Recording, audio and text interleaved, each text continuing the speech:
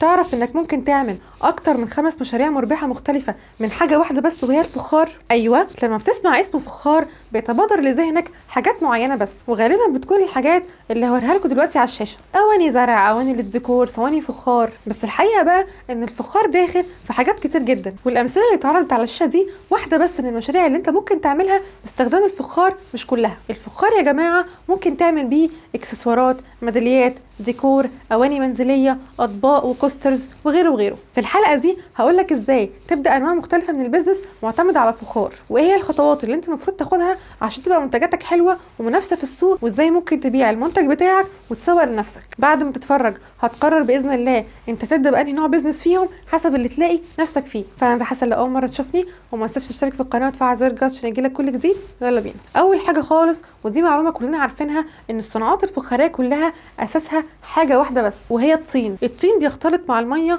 وبيتشكل بادوات معينه، وبعدين بيدخل الفرن او يتساب في الهواء يتجفف، فبيتحول للمنتج اللي احنا عاوزين نوصله، سواء المنتج ده بقى كان ميداليه او ديكور او غيره. بس الطين ده بقى انواع، كل نوع ليه خصائص ومميزات، زي لونه مثلا، مدى سهوله تشكيله، تحمله لدرجات الحراره المختلفه، مسميته، وهكذا. الخصائص المختلفه لكل نوع من انواع الطين هي اللي بتحدد شكل المشروع بتاعك، وده يخلينا نعرف الاول ايه هي انواع الطين المختلفه المستخدمه في الصناعه دي. اول نوع اسمه الطين الفخاري، وده بيتميز بخصائص زي تحمله درجات الحراره عاليه جدا، وانه بيبقى شديد الصلابه لما يتجفف في الفرن. ده غير مسميته العاليه، عشان كده بيستخدم اكتر في اواني الزرع، لانه بيفضل محتفظ بالرطوبه اطول وقت ممكن. ولكن لو تمت معالجته عن طريق اضافه مواد زجاجيه بحيث تقلل من مسميته، فهو بيبقى مناسب لتصنيع الاطباق المنزليه. ولكن هو بيتميز بلون بني جميل جدا، بيخليه شكله حلو قوي قوي في الديكور، وبيديه طابع ريفي جميل جدا. تاني نوع اسمه الطين الصخري، وده برضو بيتحمل درجات حراره عاليه جدا، بالاضافه بقى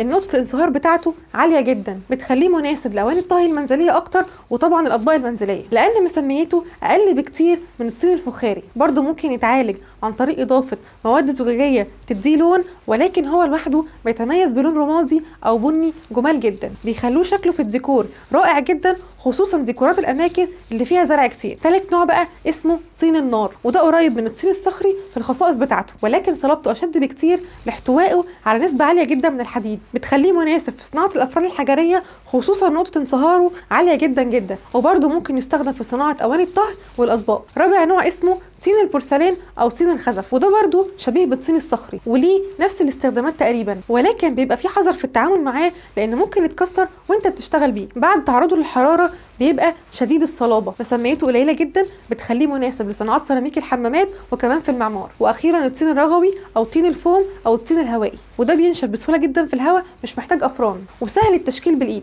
بيبقى مناسب جدا لصناعات الحاجات الصغيره زي الديكورات البسيطه والميداليات والاكسسوارات والكوسترز، ومناسب جدا لو حابب تبدا مشروع بسيط جدا من غير ادوات كتير وتعقيدات كتير. كل نوع من انواع الطين دول زي ما قلت لك مناسبين لانواع معينه من المشاريع، فانت لازم تحدد الاول شكل المشروع بتاعك. عاوز تعمل ديكورات بس، اطباق واواني طهي، اكسسوارات، بالتالي تعرف انهي نوع طين هتستخدمه وتدرسه كويس، وتدرس الخصائص بتاعته وازاي بيتعالج وازاي بيتلون، وهل هيحتاج مثلا انواع طين تانية تختلط معاه بحيث تطور من الخصائص بتاعته. وبعد ما تحدد شكل المشروع بتاعك ونوع الطين، في خطوه مهمه قوي لازم تعملها، وهي انك تتعلم ازاي تصمم المنتج بتاعك على الكمبيوتر الاول، او ترسمه على الاقل في ورقه. لو عاوز تعمل منتجات احترافيه منافسه، دي خطوه مهمه جدا. مفيش حد بيبدا ينفذ المنتج كده بشكل عشوائي، في تخطيط ورسم وتصميم. التصميم هيساعدك في بناء منتجات مختلفه ومتنوعه، مش شكل واحد بس بتبيعه، هيساعدك في معرفه ابعاد المنتجات بتاعتك، وانك تخرجها كلها مقاس واحد، هيخليك تبدع في تصميمات مختلفه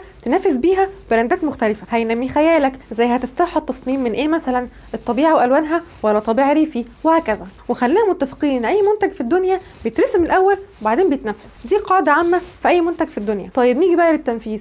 ايه الادوات اللي انت محتاجها؟ بص، في ادوات كتير قوي، ولكن انت مش هتعرف تتعلم الحرفه دي لوحدك في البيت عشان اقدر اقول لك تجيب ادوات ايه للبيت. فالخطوه اللي جايه انك تاخد كورس في صناعه الفخار. في اماكن كتير جدا بتعلم الكورس ده. في مصر في درب 17 18 في فخار استوديو وارت كافيه، ده مش اعلان، دول اماكن متنوعه. وفي اماكن تانية طبعا ممكن تختار المكان الانسب لك في السعر واقرب لك عن طريق السيرش على اماكن معينه في مصر لتعليم الحرفه دي. الكورس مش بس هيعرفك تجيب ادوات ايه، انت هتتمرن عملي بالادوات دي، ومن هناك هتعرف كمان تجيبها منين بسعر كويس، بحيث باذن الله تبدا مشروعك. لو انت طالب في ثانويه عامه وحابب الصناعات دي، ممكن تدخل فنون تطبيقيه او فنون جميله بتدرس فيهم الحرفه دي بالتفصيل زي ما شرحنا فوق. نيجي بقى لخطوه بيع المنتج وتسويقه. اولا لازم تتعلم ازاي تسعر شغلك. بص على المنتجات المنافسه ليك سعرها كام، شوف انت بتشتري خامات بكام وقدر تعبك ومجهودك، وبص على الصفحات المختلفه اللي زيك بيسعروا بكام وقارن. وثانيا بالنسبه لبيع منتجاتك فانت متاح ليك كذا اوبشن. اول حاجه تشترك في سوق مفتوح، يعني زي ماركتشير مثلا، انت بتتفق معاهم انك هتديهم الحاجات اللي انت بتصنعها وهم بيسوقوها ويبيعوها في الفروع بتاعتهم وبيدوك ارباحك، بس هم بياخدوا نسبه منها. ممكن تشترك في بازارات منوعه زي اللي بتتعمل في ارض المعارض مثلا او الفسطاط، بتاخد مكان ليك بتعرض فيه منتجاتك وتبيعها، بس دي مش موجوده طول السنه وليها موسم معين. ثالث حاجه بقى، ودي كده كده اساسيه، انك تعمل صفحات على السوشيال ميديا وتبدا تسوق لشغلك وتدخل على جروبات معينه زي الجروب ده ممكن تعرض عليه شغلك وتلاقي دعم باذن الله. ولازم تعمل ويب سايت طبعا تعرض فيه شغلك وسعره، واهم حاجه الالتزام في تسليم الحاجه في ميعادها. هتتعب في الاول لانك هتبقى لوحدك، لكن مع الوقت باذن الله ممكن توظف ناس تحتك يقدروا يساعدوك في نجاحك باذن الله. ولو فتحت البيزنس ده يبقى قول لي عليه عشان اشتري منك. انا بحب الحاجات دي جدا بالمناسبه، خصوصا الديكور منها. ولو عجبتك الحلقه ما تنساش تعمل لايك وتشترك في القناه وتفعل زر الجرس عشان يجيلك كل جديد، وما تنساش تشارك الحلقه مع صحابك اللي حابين يعرفوا اكتر عن المجال ده والمجالات المختلفه في سوق العمل. واشوفك باذن الله في حلقات جديده. السلام عليكم.